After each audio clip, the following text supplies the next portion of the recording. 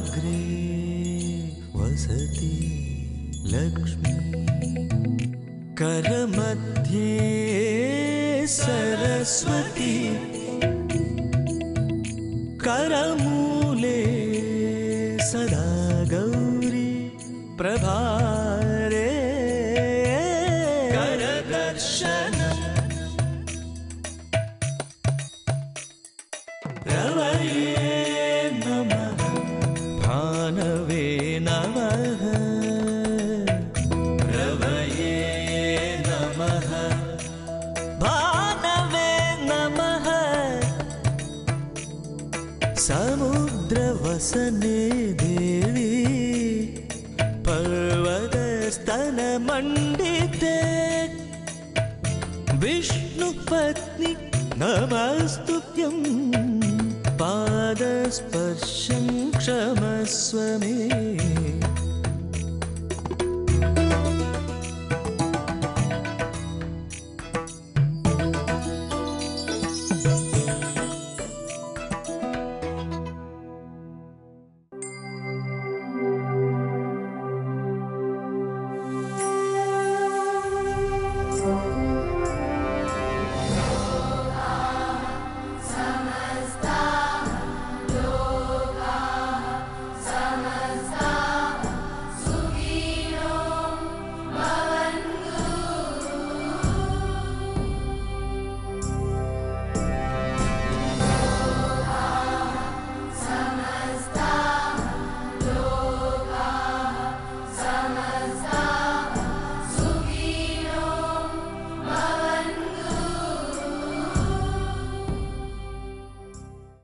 മണത്തണ എന്ന ഗ്രാമത്തിലൂടെ ഗ്രാമത്തിൻ്റെ ചൈതന്യത്തെ അറിഞ്ഞ് മുന്നോട്ട് പോകുമ്പോൾ മനനം ചെയ്യുന്ന തണ അഥവാ യാഗങ്ങൾ ചെയ്തിരുന്ന ഭൂമി എന്നർത്ഥമുള്ള ഈ ദേശം ഒരു യാഗത്തിന് തത്തുല്യമായ ഫലം കാഴ്ചകളിലൂടെ നൽകിക്കൊണ്ടിരിക്കുകയാണ്. ഓരോ കാഴ്ചയിലും ശക്തമായ ശക്തേയ സമ്പ്രദായങ്ങൾ, അതുപോലെ തന്നെ ശൈവ ആരാധനാ ഭാവങ്ങൾ എല്ലാം നാം കാണുകയും അറിയുകയും ചെയ്യുകയാണ്. യാത്ര അങ്ങനെ മുന്നോട്ടേ പോയിക്കൊണ്ടേയിരിക്കുന്നു. മണത്തണയിൽ ഒരു കാലത്തുണ്ടായിരുന്ന തറവാടുകൾ, പേരെടുത്ത് പറയാവുന്ന ചില തറവാടുകൾ, ആ തറവാടുകളെല്ലാം കൊട്ടിയൂർ ഉത്സവവുമായി ബന്ധപ്പെട്ട് നിൽക്കുന്നവയാണ്. ഈ തറവാടുകളോട് ചേർന്നെല്ലാം ക്ഷേത്രങ്ങളുണ്ട്. ഈ ക്ഷേത്രങ്ങളിലെല്ലാം വിശ്വാസങ്ങളുണ്ട്. ആ വിശ്വാസങ്ങളിൽ കൊട്ടിയൂരപ്പനുമായി ബന്ധപ്പെട്ട എന്തെങ്കിലും ഒരു ആചാരവുമുണ്ട്. അത്തരത്തിൽ ഒരു തറവാടാണ് ഇന്ന് ആദ്യം നാം കാണുന്നത്. ഈ തറവാടിനെക്കുറിച്ചും അതിൻ്റെ വിശേഷങ്ങളെക്കുറിച്ചും അത് കൊട്ടിയൂരുമായി എങ്ങനെ ബന്ധപ്പെട്ട് നിൽക്കുന്നുവെന്നും ഒക്കെ പറയാനുണ്ട്. ഏതായാലും ഈ ദിവസത്തിൻ്റെ കാഴ്ചകൾ ആദ്യം ആരംഭിക്കാം ചിന്താമൃതത്തിനൊപ്പം.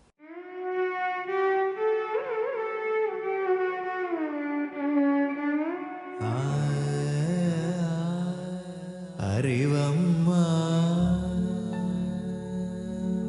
അലിവമ്മ അമൃതമ്മ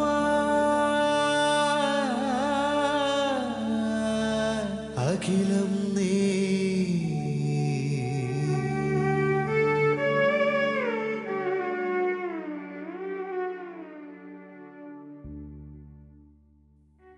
നമ്മൾ 100 ശരി ചെയ്തു.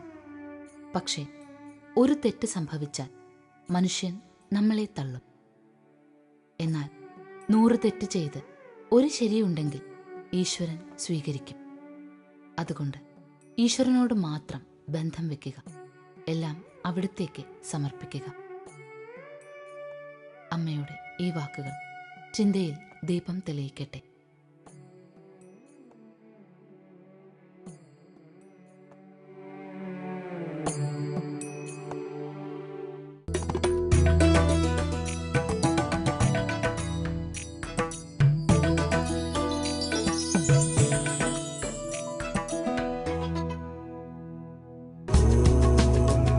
പ്രപഞ്ചശക്തികളുടെ പ്രഭവ കേന്ദ്രങ്ങളാണ് ക്ഷേത്രങ്ങൾ.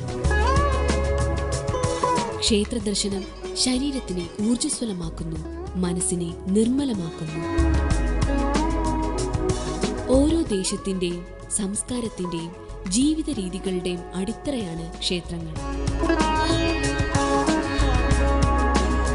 ക്ഷേത്രാചാരങ്ങളും ഐതിഹ്യങ്ങളും വിശ്വാസങ്ങളും അറിഞ്ഞുകൊണ്ട് പുണ്യവീഥികളിലൂടെ ഒരു പ്രദക്ഷിണം.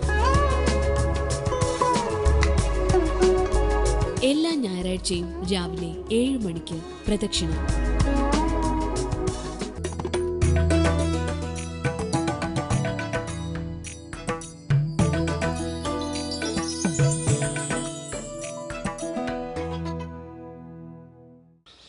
ശൈവ ആരാധനയും തുല്യ പ്രാധാന്യത്തോടുകൂടി ശാക്തേയ സമ്പ്രദായങ്ങൾ, എന്നാൽ അതിനോടൊപ്പം തന്നെ വൈഷ്ണവ ആരാധനാ സമ്പ്രദായങ്ങളും നിലവിലുണ്ടായിരുന്ന ഒരു ഭൂമി.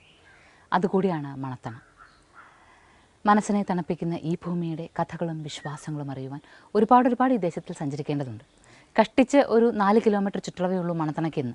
പക്ഷേ എന്നാൽ പോലും ഈ 4 കിലോമീറ്ററിനുള്ളിൽ കിടക്കുന്ന വ്യത്യസ്തമായ ആചാരങ്ങളും വിശ്വാസങ്ങളും എത്ര പറഞ്ഞാലും മതിയാകാത്തതാണ് എന്ന് ഇതുവരെയുള്ള നമ്മുടെ യാത്രയിൽ നമുക്ക് മനസ്സിലാക്കാനായിട്ടുണ്ട്. ഏതായാലും ഈ ദിവസവും അതുപോലെ ചില വ്യത്യാസമായ വിശ്വാസങ്ങളെ അറിയാൻ തന്നെയാണ് നാം ശ്രമിക്കുന്നത്. അതിനു മുൻപ് നമുക്ക് ധന്യമേ ദിനം കാണാം.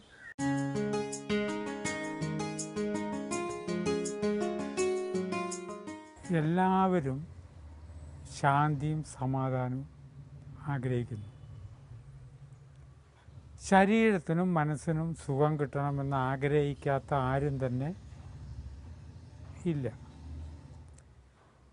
അപ്പോൾ നമ്മളൊക്കെ ശരീരത്തിനും മനസ്സിനും സുഖം കിട്ടാനായിട്ട് പല കാര്യങ്ങളും ചെയ്തുകൊണ്ടിരിക്കുന്നു. എന്നിട്ട് ഒടുവിലുണ്ടാവുന്നത് മുഴുവൻ ദുഃഖവും ആണ്. അപ്പോൾ എവിടെയാണ് നമുക്കൊരു അബദ്ധം സംഭവിച്ചത്? സന്തോഷം എന്ന് പറഞ്ഞാൽ എന്താണ്? കണ്ണ്, കാത്, മൂക്ക്, നാക്ക്, ത്വക്ക് എന്നിവയ്ക്ക് ആഹ്ലാദം കൊടുത്താൽ സന്തോഷമായല്ലോ. അങ്ങനെ വരുമ്പോൾ കണ്ണുകൊണ്ട് ധാരാളം കാര്യങ്ങൾ കാണുക, സന്തോഷിക്കുക. സിനിമ കാണുക, ടി വി കാണുക. ഇപ്പോൾ ഒരു 200 ചാനലുണ്ട്, 2000 ചാനലുള്ള ടി വി വാങ്ങുക കണ്ണിന്. കാതുകൊണ്ട് ഇഷ്ടം പോലെ കേൾക്കുക, ചെവിയിലേക്ക് ശബ്ദം കുത്തിക്കയറ്റുക. മൂക്കിന് ഇഷ്ടപ്പെട്ട ഗന്ധങ്ങൾ, നാക്കിന് ഏറ്റവും രുചിപ്രദമായിട്ടുള്ള ആഹാരം കഴിക്കുക. അടുത്ത കാലത്ത് ടെലിവിഷനിൽ കാണുന്ന കാഴ്ച, ഏതെല്ലാം വസ്തുക്കൾ ചേർത്ത് രുചിപ്രദമായ രീതിയിൽ ആഹാരം ഉണ്ടാക്കാം. ഇതാണിപ്പോൾ ചിന്ത. ഇതിൽ പല വസ്തുക്കളും കൂടി ഒരുമിച്ച് ചേരാനേ പാടില്ല. ഏത് വസ്തു അങ്ങോട്ട് ചേർത്തിട്ട് രുചി ഉണ്ടാക്കാൻ പാടുമോ? വിഷമുള്ള 2 വസ്തുക്കൾ ചേരുമ്പോൾ വിഷമില്ലാത്ത വസ്തുവായിട്ട് മാറുന്നുണ്ട് പ്രപഞ്ചത്തിൽ. സോഡിയവും ക്ലോറൈഡും അപകടമാണ്. പക്ഷേ സോഡിയം ക്ലോറൈഡ് എന്ന് പറയുമ്പോൾ നമ്മൾ കഞ്ഞിയിലിടുന്ന ഉപ്പായി. അങ്ങനെ ആവുമ്പോൾ മോര് തിരക്കിടില്ല, മീനും തിരക്കിടില്ല. മോരും മീനും കൂടി ചേർന്നാലോ? ചേർത്ത് കഴിക്കുന്നുണ്ട് പലവരും. അപ്പോൾ ത്വക്ക് രോഗം ഉണ്ടാകും. അപ്പോൾ ഏതൊക്കെ വസ്തുക്കൾ ചേർത്ത് കഴിക്കാമെന്ന ചിന്ത, പശുവും പാലും പഴുത്ത മാങ്ങയും കൂടി ചേരാൻ പാടില്ല. ചേർത്ത് കഴിക്കാറുണ്ടോ എന്ന് ചിന്തയ്ക്ക് വിടുക മാത്രം ചെയ്യുന്നു. ഇങ്ങനെ വരുമ്പോൾ ഒരു വ്യക്തിക്ക് ആ ആളുടെ, അതായത് വ്യക്തി എന്ന് പറഞ്ഞാൽ വ്യക്തമാക്കലാണ്. അപ്പോൾ ഇന്ത്യ ഗവൺമെൻറ്റിനൊരു അഭിപ്രായമുള്ള പോലെ ഓരോ സ്റ്റേറ്റിനും ഒരു അഭിപ്രായം കാണുമല്ലോ. സ്റ്റേറ്റിൻ്റെ അഭിപ്രായം നമ്മളൊന്ന് ശ്രദ്ധിക്കണ്ടേ? നമ്മുടെ കണ്ണുകൾ എന്താ പറയണത്? കണ്ണുകൾ വർത്തമാനം പറയുമെങ്കിൽ നമ്മളെക്കുറിച്ച് എന്താ പറയുക? ഇങ്ങനെ ദുഷ്ടനായൊരു വ്യക്തി ഇല്ല എന്നല്ലേ പറയുക. ഈശ്വര, എനിക്ക് യാതൊരു വിശ്രമവും തരാതെ സെക്കൻഡ് വെച്ച് ഇളകുന്നത് കൊണ്ടാണ് സിനിമ അത്ര ആകർഷണീയം. ഒരു സിനിമ കണ്ണിനുണ്ടാക്കുന്ന ടെൻഷൻ എത്ര? കണ്ണ് ആഗ്രഹിക്കുക എന്താ? മിണ്ടാതെ മൗനമായിട്ട് കണ്ണടച്ചിരിക്കാൻ കണ്ണ് ആഗ്രഹിക്കുക. ഒരാന ആഗ്രഹിക്കുമോ എനിക്ക് ഓട്ടപ്പന്തയത്തിൽ ഗജരാജപ്പട്ടം കിട്ടണമെന്ന് ആന ആഗ്രഹിക്കുമോ? ഒരു കാള ആഗ്രഹിക്കുമോ രാവിലെ മനുഷ്യന്മാരായിട്ട് ഗുസ്തി പിടിക്കണമെന്ന്? ഇതൊന്നും ആഗ്രഹങ്ങളല്ല. കണ്ണ് നോട് ചേരുകയാണെങ്കിൽ എന്ത് വേണം? കനത്ത ചൂട്. ഇത് സംസാരിക്കുമ്പോൾ ഈ ചൂടത്ത് സകല ഇന്ദ്രിയങ്ങളും ചൂടിനെ ശമിപ്പിക്കാനായിട്ട് നിർത്തിയിരിക്കുകയാണ്. നമ്മുടെ ജഠരാഗ്നിയൊക്കെ മൂവ്മെൻ്റ് ഉണ്ടാക്കുന്നത്, ജഠരാഗ്നിയൊക്കെ തണുപ്പ് കാലത്തും മഴക്കാലത്തും ഭയങ്കര വിശപ്പ് തോന്നും, വേനൽക്കാലത്ത് തോന്നില്ല. കാരണം എന്താ വെച്ചാൽ അതിനെ ദഹിപ്പിക്കാനുള്ള ശക്തി എടുത്താൽ പുറമേയുള്ള ചൂടിനെ നിയന്ത്രിക്കാൻ പറ്റില്ല. അപ്പോൾ വയറ് എന്താഗ്രഹിച്ചുകൊണ്ടിരിക്കുന്നു? ഒന്നും കഴിക്കാതിരിക്കണേ ഇയാൾ എന്ന് വയറാഗ്രഹിക്കും. ഒന്നും കഴിക്കാതിരിക്കുമ്പോൾ വയറിന് സന്തോഷമായി. കാരണം പ്രാണന് ഇയാളെ രക്ഷപ്പെടുത്താം. കഴിക്കണം എന്നുണ്ടെങ്കിൽ വയറ് പറയും, വിശപ്പ് വരും, അപ്പം കഴിച്ചാൽ മതി. കണ്ണ്, കാത്, മൂക്ക്, നാക്ക്, ത്വക്ക് എന്ന 5 അവയവങ്ങൾക്കും ഇഷ്ടമില്ലാത്ത കാര്യം നാം ചെയ്യുമ്പോൾ യഥാർത്ഥ സന്തോഷം എന്ന് പറയുന്നത് ഏതൊന്നും ഒടുവിൽ മൗനത്തിലേക്ക് വരുന്നതാണ്. മൗനം എന്ന് പറഞ്ഞാൽ മിണ്ടാതിരിക്കുക എന്ന് മാത്രമല്ല അർത്ഥം.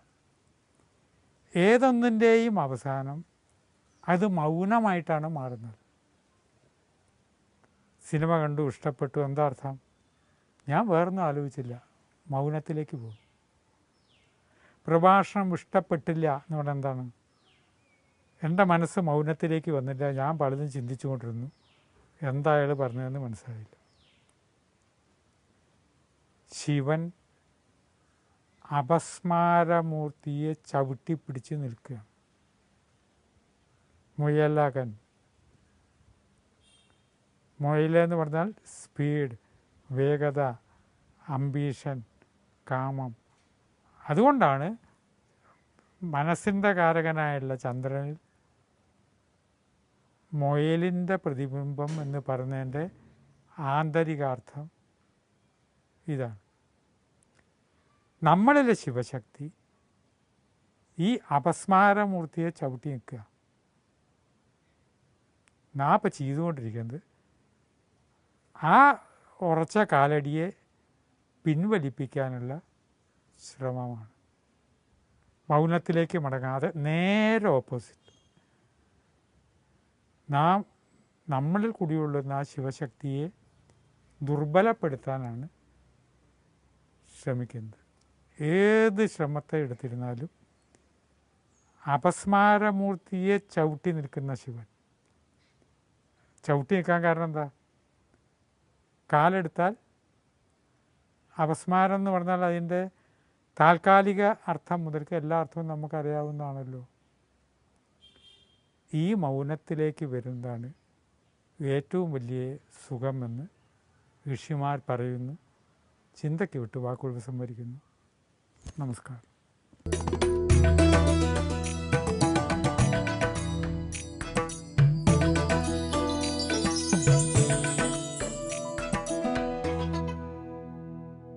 രാമായണ പുണ്യം വിതറുന്ന കർക്കിടക മാസ സന്ധ്യകളെ ഭക്തിസാന്ദ്രമാക്കാൻ രാമ രാമ രാമ രാമ രാമ രാമ പാഹി മാം രാമപാദം ചേരണേ മുകുന്ദ രാമ പാഹി മാം. ലൗകിക ജീവിതത്തിൽ രാമായണത്തിന്റെ പ്രസക്തി, രാമായണ വിചാരവുമായി പ്രശസ്ത നോവലിസ്റ്റും ചിന്തകനുമായ ശ്രീ സി രാധാകൃഷ്ണൻ. സകലാഭീഷ്ട സിദ്ധിയാണ് രാമായണത്തിൻ്റെ ഫലശ്രുതി. നമ്മുടെ എല്ലാ അഭീഷ്ടങ്ങളും രാമായണ പാരായണത്തിലൂടെ സാധിക്കാം എന്നാണ് അതിൻ്റെ അർത്ഥം. ഈ കർക്കിടക സന്ധ്യകളെ വിശുദ്ധമാക്കാൻ രാമായണ മാസ പ്രത്യേക സന്ധ്യാദീപം ദിവസവും വൈകുന്നേരം 6:30 നിങ്ങളുടെ സ്വന്തം അമൃത ടിവിയിൽ.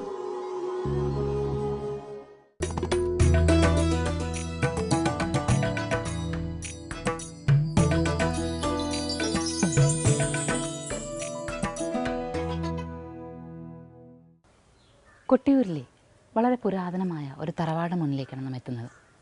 ഇന്ന് ഈ തറവാട് കാണുമ്പോൾ പുതിയ രീതിയിലുള്ള കാഴ്ചകളാണ്. പഴമയുള്ളൊരു തറവാടിൻ്റെ കാഴ്ചകൾ കാണാനില്ല. പക്ഷേ പുതിയ ഗൃഹമാണ് എങ്കിൽ പോലും ഈ ഗൃഹം ആക്കൽ തറവാട് എന്നാണ് അറിയപ്പെടുന്നത്. ആക്കൽ തറവാടിന് കൊട്ടിയൂരിലെ ആഘോഷങ്ങളുമായി വലിയ ബന്ധമുണ്ട്. ആ ബന്ധം എങ്ങനെ വരുന്നു എന്ന് വെച്ചാൽ ആലിംഗന പുഷ്പാഞ്ജലി നടത്താറുണ്ടല്ലോ. കൊട്ടിയൂരിലെ ആലിംഗന പുഷ്പാഞ്ജലി എന്ന് പറയുന്നത് വളരെ വ്യത്യസ്തമായ ഒരു ചടങ്ങാണ്. അതായത് സ്ഥാനികൻ നായ്ക്കൻ എന്നാണ് അറിയപ്പെടുന്നത് ആ സ്ഥാനത്തിനുള്ളത്. കുറുമാത്തൂർ നമ്പൂതിരിയാണ് ആ സ്ഥാനത്തിലുള്ളത്. അദ്ദേഹം പ്രത്യേക പൂജകളോടുകൂടി സ്വയംഭൂലിംഗത്തെ ആലിംഗനം ചെയ്യുന്നതാണ്. ഇരു കാലുകളും പ്രത്യേക രീതിയിൽ ചവിട്ടിപ്പിടിച്ച് ഈ സ്വയംഭൂലിംഗത്തെ ആലിംഗനം ചെയ്ത് കണ്ണുനീർ വാർക്കുന്ന ഒരു ചടങ്ങാണ്. അത് മറ്റൊരു ക്ഷേത്രത്തിലും ഇല്ലാത്തൊരു പ്രത്യേകതയാണ് ആലിംഗന പുഷ്പാഞ്ജലി എന്ന് പറയുന്നത്. ആ നമ്പൂതിരി ഇവിടേക്ക് വരുമ്പോൾ തലേ ദിവസം തന്നെ ഇവിടെ എത്തണമെന്നാണ്. തലേ ദിവസം നമ്പൂതിരി എത്തിയാൽ ആക്കൽ തറവാട്ടിൽ വേണം നമ്പൂതിരി താമസിക്കാൻ എന്നാണ്. ആ ആക്കൽ തറവാടാണ് നാം കണ്ടത്. തറവാടിനോട് ചേർന്ന് ഒരു തറവാട് ക്ഷേത്രവുമുണ്ട്. ഈ ക്ഷേത്രത്തിനുമുണ്ട് വിശേഷാൽ പൂജാവിധികളും മറ്റും. ക്ഷേത്ര തിരുനടയിലാണ് നാം നിൽക്കുന്നത്. ഇവിടെ മഹാദേവനാണ് സാന്നിധ്യമാകുന്നത്. വൈരീഘാതകനായ മഹാദേവൻ, വൈരീഘാതകൻ എന്ന് തന്നെയാണ് നാമവും. അതായത് ശത്രുക്കളെ എല്ലാം ഇല്ലായ്മ ചെയ്ത് നിൽക്കുന്ന ആ ഭാവത്തിലാണ് ഇവിടെ നമുക്ക് മഹാദേവനെ കാണാനാവും.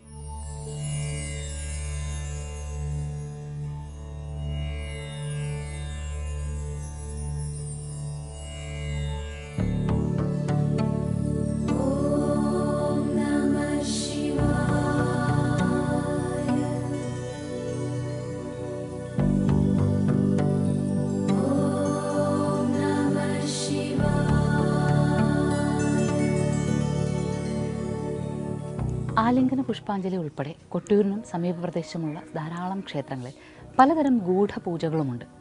എന്തുകൊണ്ട് ഇത്തരം ഗൂഢപൂജകൾ എന്നാലോചിക്കുമ്പോൾ നമുക്ക് മനസ്സിലാക്കാനാകുന്നത് ശക്തമായ ഗോത്ര സംസ്കൃതി തന്നെയാണ്. അതായത് ഗോത്ര സംസ്കൃതിയുമായി ബന്ധപ്പെട്ട ആചാരങ്ങൾ അത് അതിൻപടി തന്നെ പാലിച്ചു പോരുകയും എന്നാൽ പിന്നീട് ബ്രാഹ്മണരുടെ വരവോടുകൂടി ബ്രാഹ്മണർക്ക് സ്വാധീനമുണ്ടായതോടുകൂടി ചില മാറ്റങ്ങൾ ഇവിടെ ഉണ്ടാക്കുകയും എന്നാൽ ആ പഴയ വിശ്വാസങ്ങളിൽ നിന്ന് പൂർണ്ണമായും വിട്ടുകൊടുക്കാതെ അതിന് ചില വൈദിക ഭാവങ്ങൾ അല്ലെങ്കിൽ അതിന് ചില സാത്വിക ഭാവങ്ങൾ നൽകുക കൂടിയാണ് ഉണ്ടായിട്ടുള്ളത് കൊട്ടിയൂർ. അതുകൊണ്ട് തന്നെയാണ് മറ്റു ക്ഷേത്രങ്ങളിൽ ഇപ്പോൾ പല ദേവീ ക്ഷേത്രങ്ങളിലും ഇവിടെ പണ്ട് കാലത്ത് മൃഗബലിയൊക്കെ ഉണ്ടായിരുന്നതാണ്. അതുപോലെ തന്നെ കൊട്ടിയൂർ അപ്പന് തിരുമുന്നിലും കാടിനുള്ളിലിരിക്കുന്ന ദേവൻ എന്നുള്ള രീതിയിൽ മലദൈവ ഭാവത്തിൽ ആരാധനകൾ മുൻപ് കാലത്ത് നടത്തിയിരുന്നു. പക്ഷേ പിന്നീടാണ് അതിനൊരു ആകെ ആചാരങ്ങളിൽ ഈ പുഴയുടെ സാന്നിധ്യമുണ്ട്, അതുപോലെ തന്നെ മണിത്തറയുടെ സാന്നിധ്യമുണ്ട്, അതുപോലെ തിരുവഞ്ചിറ എന്ന് പറയുന്നത് രുദ്രച്ചിറയാണ് എന്ന വിശ്വാസം വരുന്നുണ്ട്. അങ്ങനെ എല്ലാം ചേർന്ന് വരുമ്പോൾ നായാടിയും മറ്റും ജീവിച്ചിരുന്ന മനുഷ്യകുലത്തിൻ്റെ സ്വാധീനങ്ങൾ തന്നെയാണ് കൊട്ടിയൂരിൽ ഏറെക്കുറയും ഉള്ളത്. പക്ഷേ ഇവിടെ വൈരീഘാതകനായി മഹാദേവൻ നിൽക്കുമ്പോൾ വൈരി ആരാണ് യഥാർത്ഥത്തിൽ ശത്രു എന്ന് നോക്കണം. നമ്മുടെ ശത്രുവിനെയാണോ മഹാദേവൻ കൊല്ലുന്നത്, അതോ മഹാദേവൻ്റെ തന്നെ ശത്രുവിനോ? ഇത്തരത്തിൽ മഹാദേവന് ശത്രു എന്നൊരു ഭാവമില്ല. നമ്മുടെ മനസ്സിൽ നമുക്ക് തന്നെ ഉണ്ടാകുന്ന ചിന്തകൾ, അല്ലെങ്കിൽ ശരിക്കും പറഞ്ഞാൽ ഒരർത്ഥത്തിൽ പറഞ്ഞാൽ നാം തന്നെയാണ് നമ്മുടെ വൈരി. ആ വൈരി അല്ലെങ്കിൽ നമ്മുടെ ശത്രു നമ്മുടെ വളർച്ചയെ, നമ്മുടെ ചിന്തകളെ, നമ്മുടെ ബന്ധങ്ങളെ ഇല്ലായ്മ ചെയ്യുന്ന നമ്മുടെ ദുർവാശികൾ, അത്യാഗ്രഹങ്ങൾ, ചില വാശികൾ ഇതൊക്കെ ഇല്ലാതെയാക്കും. ഇതൊക്കെയാണ് നമ്മുടെ ശത്രുക്കൾ. ഈ ശത്രുക്കളെയൊക്കെ ഇല്ലാതെയാക്കുന്ന അല്ലെങ്കിൽ ആ ശത്രുക്കളൊന്നും നമ്മെ ബാധിക്കാതെയാക്കുന്ന, ആ ശത്രുക്കൾക്കൊന്നും നമ്മിൽ പ്രവർത്തിക്കാൻ സാധിക്കാതെയാക്കുന്ന ഭക്തിഭാവം അതെന്ന് നമ്മിൽ ഉണ്ടാകുന്നു. അവിടെ വൈരീഘാതകൻ പൂർണ്ണരൂപത്തിൽ നിലകൊള്ളുന്നു. ഈ ക്ഷേത്രത്തിലും വൈരീഘാതകൻ അങ്ങനെയാണ് നിൽക്കുന്നത്. തീർച്ചയായും ചിന്തകളിൽ നിന്ന്, അതുപോലെ പ്രവർത്തികളിൽ നിന്ന്, ജീവിതത്തിൽ നിന്ന്, കുടുംബ ബന്ധങ്ങളിൽ നിന്ന്, സൗഹൃദങ്ങളിൽ നിന്നൊക്കെ ഇത്തരത്തിലുള്ള വൈരികളാകുന്ന ചിന്തകൾ ഇല്ലാതെയാകട്ടെ.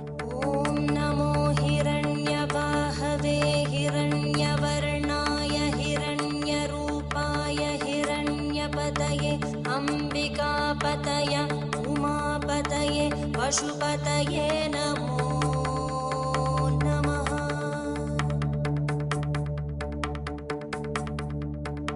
ॐ नमो हिरण्यवाहवे हिरण्यवर्णाय हिरण्यरूपाय हिरण्यपतये अंबिकापतय उमापतये पशुपतये नमो।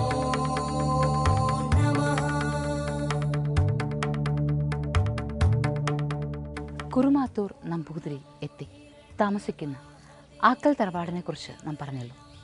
ആക്കൽ തറവാടിലെ വിശ്വാസങ്ങൾ ഇന്നും അതിൻപടി തുടർന്നു വരുന്നുവെന്ന് പറയുമ്പോൾ തീർച്ചയായും തറവാട് അംഗങ്ങൾക്ക് ഇതുമായി ബന്ധപ്പെട്ട ചില വിശ്വാസങ്ങളെങ്കിലും നമുക്ക് പറഞ്ഞു തരുവാൻ തീർച്ചയായും. അവരോടൊപ്പം സംസാരിച്ച് നമുക്ക് മനസ്സിലാക്കാം എന്താണ് ആലിംഗന പുഷ്പാഞ്ജലിയുടെ തലേനാളത്തെ പ്രത്യേക ചടങ്ങുകളെന്ന്. നമസ്കാരം അമ്മ. ഈ തറവാടിന് എത്ര വർഷത്തെ പഴക്കമുണ്ടാവും? പുതുതായിട്ട് ചെയ്തതാ? എങ്കിലും പഴയ തറവാടിന്, അതായത് ഈ ആക്കൽ തറവാടിന് അത്രയൊക്കെ വരുള്ളൂ? ഉറപ്പില്ല. എന്നാലും ഈ ഒരു പുഷ്പാഞ്ജലിയുമായിട്ട് ബന്ധപ്പെട്ട് ഒരു ചടങ്ങ് തലേ ദിവസം നമ്പൂതിരി ഇവിടെ വന്ന് താമസിക്കുക എന്ന് പറഞ്ഞ് അത് എന്തുകൊണ്ടാണ്, അത് എന്തുകൊണ്ടാണ് തുടങ്ങിയെന്ന് വല്ല ധാരണയുണ്ടോ? ഈ പഴയൊരു സങ്കല്പം ബ്രഹ്മാവിൻ്റെ ഒരു സങ്കല്പമാണ്. ഈ യാഗ സമയത്ത് അദ്ദേഹത്തിനെ തണുപ്പിക്കാനാണ് ആലിംഗന പുഷ്പാഞ്ജലി എന്നൊരു വിശ്വാസമുണ്ട്. അപ്പോൾ അതിൻ്റെ ആ ബ്രഹ്മാവിൻ്റെ എഴുന്നള്ളത്ത് എന്നുള്ള രീതിയിലാണ് പഴയൊരു വിശ്വാസം. ഇപ്പോൾ എത്രയോ വർഷമായിട്ട് ഈ തറവാട്ടിൻ്റെ കാര്യം കൃത്യമായിട്ട് വർഷം പറയാൻ പറ്റില്ല. ഇത് പുതുതായിട്ട് പൊളിച്ച് ഞങ്ങൾ പുതിയൊരു ഭവനമായിട്ട് താമസിക്കുകയാണ്. അപ്പോൾ ആ രീതിയിൽ ഇതിന് പഴക്കമുണ്ട്. അതിലും കൂടുതലായിട്ടുണ്ട്. ആ കുളവും കണ്ടില്ലേ, കുളവും വളരെയധികം പഴക്കമുള്ള വർഷം. അപ്പോൾ ഈ കുറുമാത്തൂർ നമ്പൂതിരി എന്ന് പറയുന്നത് ബ്രഹ്മാവിനെ പ്രതിനിധീകരിച്ചാണ് വരുന്നത്. ഇപ്പൊ അദ്ദേഹം തലേദിവസം രാത്രി ഇവിടെ വന്ന് താമസിക്കുന്നു. തലേദിവസം രാത്രിയാണോ എത്തുന്നത്? തലേദിവസം നേരത്തെ സന്ധ്യ സമയത്ത്. അത് കഴിഞ്ഞിട്ട് ഇവിടെ എന്തെങ്കിലും ചടങ്ങുകളുണ്ടോ? ബ്രാഹ്മണ സദ്യ ഉണ്ടാവും തലേദിവസം. അതും കഴിഞ്ഞ് ഓരോ നമ്പൂരിമാരുടെ അമ്പലത്തിൽ പോവും. പിന്നെ കുറുമാത്തൂർ ഇവിടെ കിടന്ന് ഉറങ്ങിയിട്ട് അതിപൊലിച്ച പോയി പോകും. അതെ അല്ലേ. അപ്പോൾ നമ്പൂതിരി ഇവിടെ എത്തി, ബ്രഹ്മാവിന് സമനായി കരുതുന്ന നമ്പൂതിരി ഇവിടെ എത്തി ബ്രാഹ്മണ സദ്യ കഴിയുന്നു. അത് കഴിഞ്ഞ് രാത്രി എന്തെങ്കിലും പൂജകൾ തറവാട്ടിലായിട്ട് പതിവുണ്ടോ? അത് രാത്രി പഠിപ്പിച്ചകത്തൊരു പൂജ, അത് നമ്മൾ കാണിക്കാറില്ല. ഗൂഢപൂജയാണ്. ഒരു ഗൂഢപൂജ. അത് ബ്രാഹ്മണന്മാർ സദ്യയാണ്, പക്ഷെ എന്തെല്ലോ കാര്യങ്ങളുണ്ട്, അത് നമ്മളങ്ങനെ ശ്രദ്ധിക്കാറില്ല. അതെ അല്ലേ. ഒരുപാട് തലമുറകൾ കൈമാറി വന്ന വിശ്വാസങ്ങളും ചരിത്രങ്ങളും ഒക്കെയാണ് ഇവിടെ കേൾക്കുന്നത്. ഇപ്പോൾ തന്നെ കൊട്ടിയൂരുമായി ബന്ധപ്പെട്ട് നിൽക്കുന്ന വിശ്വാസങ്ങൾ, കൊട്ടിയൂർ യാഗഭൂമിയാണ് എന്ന് പറയുമ്പോൾ ബ്രഹ്മാവിൻ്റെ വരവാണ്, അല്ലെങ്കിൽ ബ്രഹ്മാവ് തൻ്റെ ആത്മസുഹൃത്തോ ഗുരുവോ ആദിഗുരുവോ ഒക്കെയായ മഹാദേവനെ ആശ്വസിപ്പിക്കാൻ വേണ്ടി, സതീദേവിയുടെ ദേഹവിയോഗത്താൽ ഇരിക്കുന്ന ആ മഹാദേവനെ ആശ്വസിപ്പിക്കാൻ വേണ്ടി വരികയും ആലിംഗനം ചെയ്ത് ചേർത്ത് പിടിച്ച് കണ്ണുനീർ വാർക്കുകയുമാണ് ചെയ്യുന്നതെന്ന് പറയുമ്പോൾ ആ ഒരു സ്നേഹത്തിൻ്റെ ഭാവം, ആ ഒരു ഒപ്പമുണ്ടാകുക എന്ന ഭാവം, സുഹൃത് ഭാവം എല്ലാം അതിനകത്ത് വരികയാണ്. അതാണ് ആലിംഗന പുഷ്പാഞ്ജലിയുടെ ഒരു ഘടകമെന്ന് നമുക്കിപ്പോൾ മനസ്സിലാക്കാം.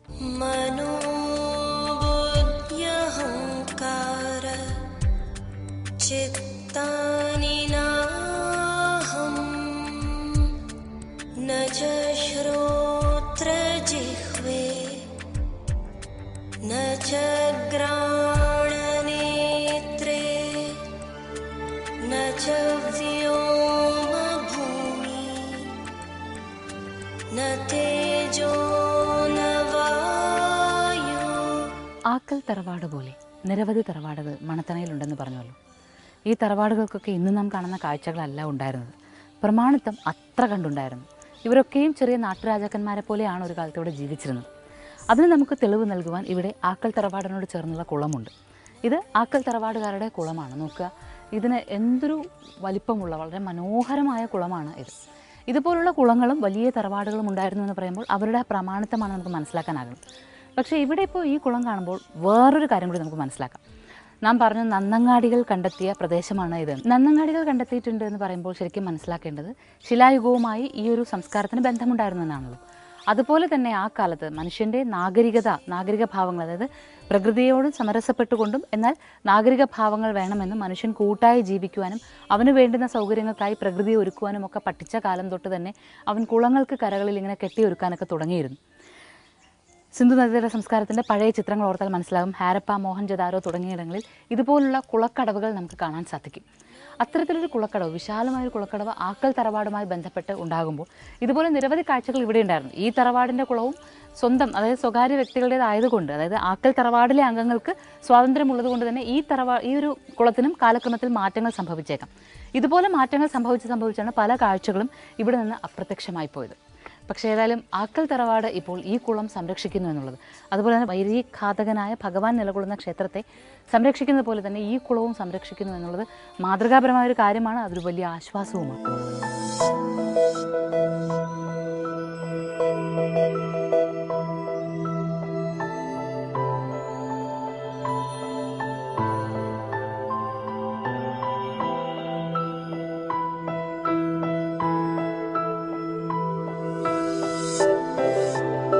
മഹത്തരമായ ഈ സംസ്കാരം ഇനി ഒരിക്കലും കൈവിട്ടു പോകാതെ നമ്മോടൊപ്പം, നമ്മുടെ തലമുറയോടൊപ്പം ചേർന്ന് എല്ലാവരും അതിൻ്റെ മഹത്വം മനസ്സിലാക്കി മുന്നോട്ട് പോയെങ്കിൽ എന്ന് മനസ്സ് ശരിക്കും ആഗ്രഹിക്കുകയാണ്. മഹത്തരമായൊരു ഭൂമി തന്നെയാണ് മണത്തണ. തീർച്ചയായും കൊട്ടിയൂർ ആഘോഷങ്ങളുമായി ബന്ധപ്പെട്ട് മണത്തണയിൽ വരുവാനുള്ള തീരുമാനം ഉചിതം തന്നെയായിരുന്നുവെന്ന് മനസ്സൊന്നുകൂടി ഉറപ്പിക്കുക തന്നെയാണ്. ഇവിടുത്തെ പ്രത്യേകതകൾ, വിശ്വാസങ്ങൾ, ശാക്തേയ സമ്പ്രദായങ്ങളിൽ നാം ധാരാളം ക്ഷേത്രങ്ങൾ കണ്ടു. ശൈവ ആരാധനയുള്ള ക്ഷേത്രങ്ങൾ കണ്ടു. ഇതുപോലെ കുണ്ടേൻ മഹാവിഷ്ണു ക്ഷേത്രം കണ്ടു. അതുപോലെ ഇവിടെ ആരാധിക്കാൻ വരുന്ന എല്ലാ നമ്പൂതിരിമാരുടെയും സ്വകാര്യ സ്വത്തായി, അല്ലെങ്കിൽ അവരുടെ സ്വകാര്യമായി ഒരു വൈഷ്ണവ ആരാധനാ ക്ഷേത്രവും ഉണ്ടാകും. കുണ്ടേൻ മഹാവിഷ്ണു ക്ഷേത്രം പോലെ തന്നെ പ്രധാനമുള്ള പല ക്ഷേത്രങ്ങളും ഇവിടെയുണ്ട്, വൈഷ്ണവ ക്ഷേത്രങ്ങൾ. അതുപോലെ തന്നെ വൈഷ്ണവ സങ്കല്പങ്ങൾ ധാരാളം ഇവിടെ ഉണ്ട് താൻ. കുണ്ടൻ മഹാവിഷ്ണു ക്ഷേത്രത്തിൽ തന്നെ ഉപദേവതാ മൂർത്തിയായ ഒരു ബാലഗോപാലനുണ്ട്. ഈ ബാലഗോപാല വിശ്വാസമൊക്കെ കൃഷ്ണ സാന്നിധ്യവും വൈഷ്ണവ സാന്നിധ്യവും ഒക്കെ ഇവിടെ ശക്തമായി വേരൂന്നിയിരുന്നു എന്നുള്ളതിൻ്റെ തെളിവുകളാണ്. അങ്ങനെ ശക്തിയും ശക്തേയവും ശിവനും ശൈവവും വിഷ്ണുവും വൈഷ്ണവവും ഒരുപോലെ തഴച്ചു വളരുന്ന ഈ ഭൂമി കാലാകാലങ്ങൾ നിലനിൽക്കേണ്ടത് തന്നെയാണ്. ഈ വിശ്വാസങ്ങൾ ഒരു മാറ്റവും വരാതെ വരും തലമുറകളിലേക്കും കാലങ്ങളിലേക്കും കടന്നു ചെല്ലേണ്ടത് തന്നെയാണ്. ഇനിയുമുണ്ട് മണത്തണയിൽ കാഴ്ചകളേറെ. കാഴ്ചകളുമായി നമുക്ക് മുന്നോട്ട് സഞ്ചരിക്കാം. ഏതായാലും ഈ ദിവസം വിടവാങ്ങുകയാണ്. നല്ല ദിവസം ആശംസിച്ചുകൊണ്ട് നമസ്കാരം. शम्भवे च मयो भवे च नमः शङ्कराय च मयस्कराय च नमः शिवाय च शिवतराय च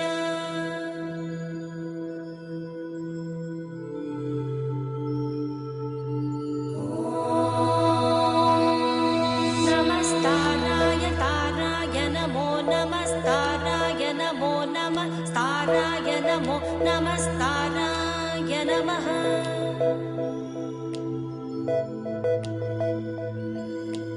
ताराय नमो नमस्ताराय ताराय नमः शम्भवे शम्भवे नमस्ताराय ताराय नमः शम्भवे नमः शम्भवे शम्भवे नमो नमः शम्भवे च शम्भवे नमो नमः शम्भवे च शम्भवे च शम्भवे शम्भवे च मयो भवे च शम्भवे शम्भवे च मयो भवे शम्भव इति शम्भवे